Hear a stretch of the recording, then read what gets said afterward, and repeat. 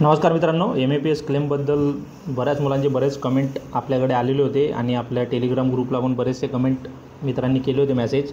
आणि एम-ए-पी-एस स्कीम की बंद झाली का किंवा त्याच्याबद्दल बरेचसे प्रश्न बऱ्याच कॅन्डिडेट सर्व शंका दूर करण्यासाठी आज आपण हा व्हिडिओ बनवत आहे. तर सर्वात आधी आपण एम-ए-पी-एसच्या वेबसाईटवरती आलेलो आहे. इथं आपला युजर आय डी पासवर्ड टाकला, इथं आपण लॉग इन करून घेऊ. तर तुम्ही इथं बघू शकता, इथं लॉग इन होत आहे आणि लॉग इन केल्यानंतर जे डिटेल्स आहे ते डिटेल्स पूर्ण इथे दिसत आहे. तर हा एक विद्यार्थी याचे क्लेम सबमिट केलेला होता आणि इस्टॅब्लिशमेंटने याला अप्रूव्ह केलेला आहे. आर-ओ अप्रूव्ह अजून केलेलं नाही आहे. तर याबद्दल बऱ्याच मुलांच्या मनात प्रश्न होते की आर-ओ अप्रूव्ह करत नाही आहे का, आमचं बरेच 2-3 महिने झाले आर-ओने अप्रूव्ह नाही केलेलं. तर आर-ओ अप्रूव्ह करणे सुरूच आहे, कारण आपल्याकडे बरेच असे मेसेज आलेले आहे. काही विद्यार्थ्यांचे काल मेसेज आले होते, तर त्यांचं काल आर-ओने अप्रूव्ह केलेलं होतं. तर हा क्लेम मंथली क्लेम होता, तो आर-ओकडून अप्रूव्ह करण्यात आलेला आहे. आणि त्यानंतर हा दुसरा क्लेम तुम्ही इथं बघू शकता, दुसरा एक स्क्रीनशॉट आपल्याकडे पाठवला होता आणि हा आहे 29/5 म्हणजे आजचाच आहे. तर हा याचा क्लेम पण आर-ओकडून अप्रूव्ह करण्यात आलेला आहे. तर या प्रकारे म्हणजे आर-ओकडून अप्रूव्ह होणे सुरू आहे की आता एक आर-ओने रिजेक्ट केलेलं आहे 26/5.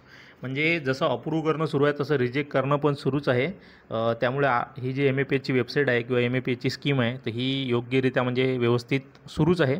फक्त मागचे 2 महिने झाले कोणाला पैसे वाटप नाही झाले, डिस्बर्समेंट नाही झालेलं पैसेचं. त्यामुळे बऱ्याच कॅन्डिडेटच्या मनात डाऊट आलेले होते की स्कीम बंद झाली का किंवा याच्यामध्ये काही बदल झालेले आहेत का किंवा फंड खतम झालेला आहे का. तर असं काही झालेलं नाही आहे. तर तुम्हाला काय करायचं आहे, फक्त तुमचे क्लेम सबमिट करून घ्यायचे आहेत, ते इस्टॅब्लिशमेंटकडून अप्रूव्ह करून घ्यायचे आहेत, त्यानंतर आर-ओ ऑफिसकडून अप्रूव्ह करून घ्यायचे आहेत आणि तुमची प्रोसेस करून ठेवा. तो तुमचे बँक अकाउंट नंबर आधारशी लिंक करून ठेवा, ते डी-बी-टी इनेबल्ड करून ठेवा, जेणेकरून तुमचा क्लेम जर आर-ओकडून अप्रूव्ह झाला तर त्यानंतर तुमचे पैसे यायला कुठलाही त्याच्यामध्ये प्रॉब्लेम यायला नको. किंवा बरेच मुलांचं असं झालेलं की आर-ओकडून अप्रूव्ह झालेलं आहे पण त्यांचं पेमेंट रिटर्न गेलेलं आहे किंवा डी-बी-टी इनेबल्ड नसल्यामुळे किंवा आधार अपडेट नसल्यामुळे किंवा आधार सीडिंग नसल्यामुळे असे काहीतरी प्रॉब्लेम सांगून त्यांचं पेमेंट रिटर्न गेलं आहे. तर असा प्रॉब्लेम तुमच्यासोबत व्हायला नको, म्हणून तुमचं आधार अपडेट वगैरे तुम्ही सर्व व्यवस्थित करून ठेवा, जेणेकरून तुमचं पेमेंट आल्यानंतर पेमेंट आल्यानंतर त्याला कुठलाही प्रॉब्लेम होणार नाही. त्यानंतर आणखी एक बघू शकता, 29 मे आजचाच आहे आणि या विद्यार्थ्याचा पण मंथली क्लेम होता आणि तो पण आर-ओकडून अप्रूव्ह करण्यात आलेला आहे. तर application having claim I D has approved by government on M A P S portal, registration number, contract you will receive 3500 in your Aadhaar link bank account. तर बघू शकता 29 तारीख आजची आहे, आजच आपल्याला मेसेज यांनी केलेला आहे. तर एम-ए-पी-एसची वेबसाईट पूर्णपणे सुरू आहे आणि तिथं क्लेम ॲक्सेप्ट करणे पण सुरू आहे, रिजेक्ट करणे पण सुरू आहे आणि क्लेम सबमिट पण होत आहेत. त्याचप्रकारे जर तुमच्या मनात काही इतर डाऊट असतील तर त्याबद्दल तुम्ही इथं प्रश्न विचारू शकता, पण आपण जास्तीत जास्त डाऊट्स इथं क्लिअर करायचा प्रयत्न करत आहोत आणि त्यामुळे तुमच्या मनात कुठलाही डाऊट ठेवू नका, कारण ही स्कीम जी आहे ही कंटिन्यू सुरूच राहणार आहे. मागचे 2 महिने फक्त पेमेंट आले नव्हते, तर ते पेमेंट आता येणे सुरू होईल. आता सध्या ITIची ॲडमिशन वगैरेचं थोडीशी गडबड सुरू आहे, तर माझ्या मते आता या महिन्यात पेमेंट नाही आले तर जूनमध्ये किंवा जून-जुलै या 2 महिन्यामध्ये एकदा पेमेंट येणे सुरू झाल्यानंतर जेवढे मुलांचे मागच्या 2-3 महिन्यातले जे पेंडिंग असतील ते सर्वच क्लिअर होणार आहेत. जसं आता मार्चमध्ये आपण बघितलं होतं की धाड कंटिन्यू पेमेंट येत होते, सर्व मुलांचे पैसे आले होते, तर त्या प्रकारेच काहीतरी होणार आहे. तर तुम्ही फक्त तुमची प्रोसेस करून ठेवा आणि तुमचं झालं नसेल, जसं आता हा विद्यार्थी आहे याचे फक्त 4च क्लेम आहेत आणि तेही फक्त इस्टॅब्लिशमेंटने अप्रूव्ह करून ठेवलेले आहेत. तर तुम्ही काय करायचं आहे, जर इस्टॅब्लिशमेंट म्हणजे तुमच्या कंपनीने जर अप्रूव्ह केलेलं असेल तर तुम्हाला आर-ओ ऑफिसला जाऊन भेटायचं आहे.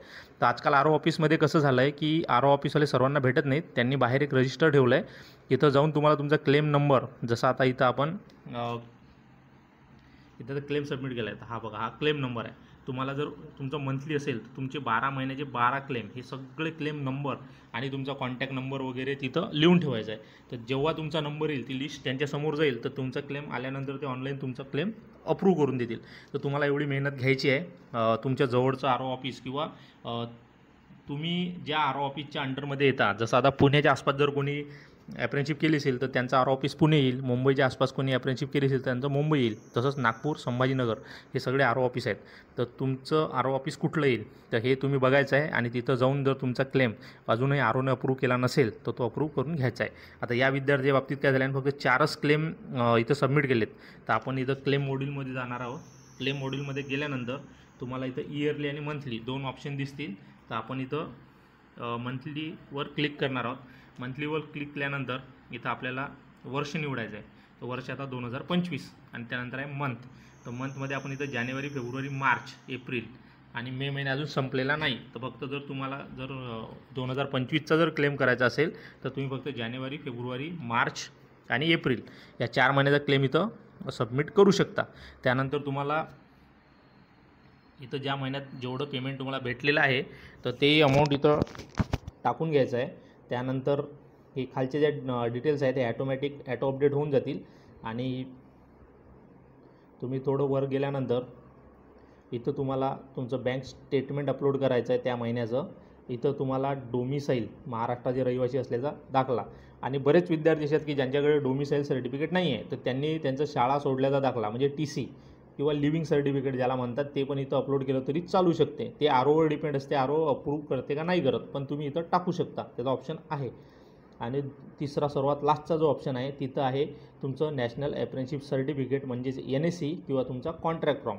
तर कॉन्ट्रॅक्ट फॉर्म जो आहे तो बऱ्याच विद्यार्थ्यांचा चुकीचा असतो, त्यावरती खाली सह्या वगैरे केलेल्या नसतात, त्यामुळे तो रिजेक्ट होतो.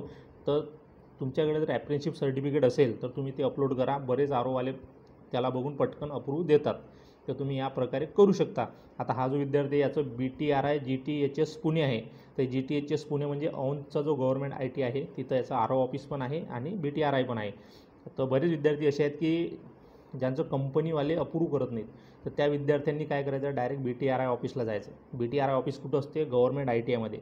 तुम्ही जिथं अप्रेंटिसशिप केली तिथलं जवळचं गव्हर्नमेंट ITI बघायचं, तिथं जायचं, तिथं BTRI ऑफिस असते, त्यांना भेटायचं आणि त्यांच्याकडून तुमचा क्लेम अप्रूव्ह करून घ्यायचा आहे. कारण स्कीम सुरू आहे, पैसे भेटणार आहे सर्वांना, तुम्हाला फक्त तुमचा क्लेम सबमिट करायचा आहे, त्यामधल्या चुका दुरुस्त करायच्या आहेत आणि तो अप्रूव्ह करून घ्यायचा आहे. एवढी तुम्ही कोशिश करा आणि तेवढं तुमचा क्लेम अप्रूव्ह करून घ्या. आणि एवढं सगळं झाल्यावर जर कोणी विद्यार्थी आणखी असतील की त्यांना क्लेम सबमिट करता येत नसेल किंवा क्लेम त्यांचे रिजेक्ट होत असतील, त्यांच्याकडून चुका होत असतील, तर आपण डिस्क्रिप्शनमध्ये आपल्या टेलिग्राम ग्रुपची लिंक देत आहोत, त्यामध्ये तुम्ही मला मेसेज करा आणि त्यावर फक्त टेलिग्राम ग्रुपवर मेसेज करताना काही पर्सनल मेसेज करू नका किंवा पर्सनल माहिती तुमची शेअर करू नका.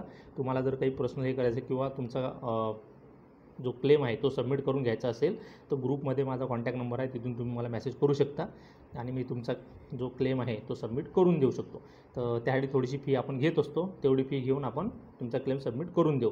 तर याबद्दल जर तुमच्या मनात काही डाऊट असतील, काही आणखी जर प्रश्न असतील तर तुम्ही कमेंटमध्ये विचारा, आपण सर्व प्रश्नांची उत्तरं देऊ. धन्यवाद.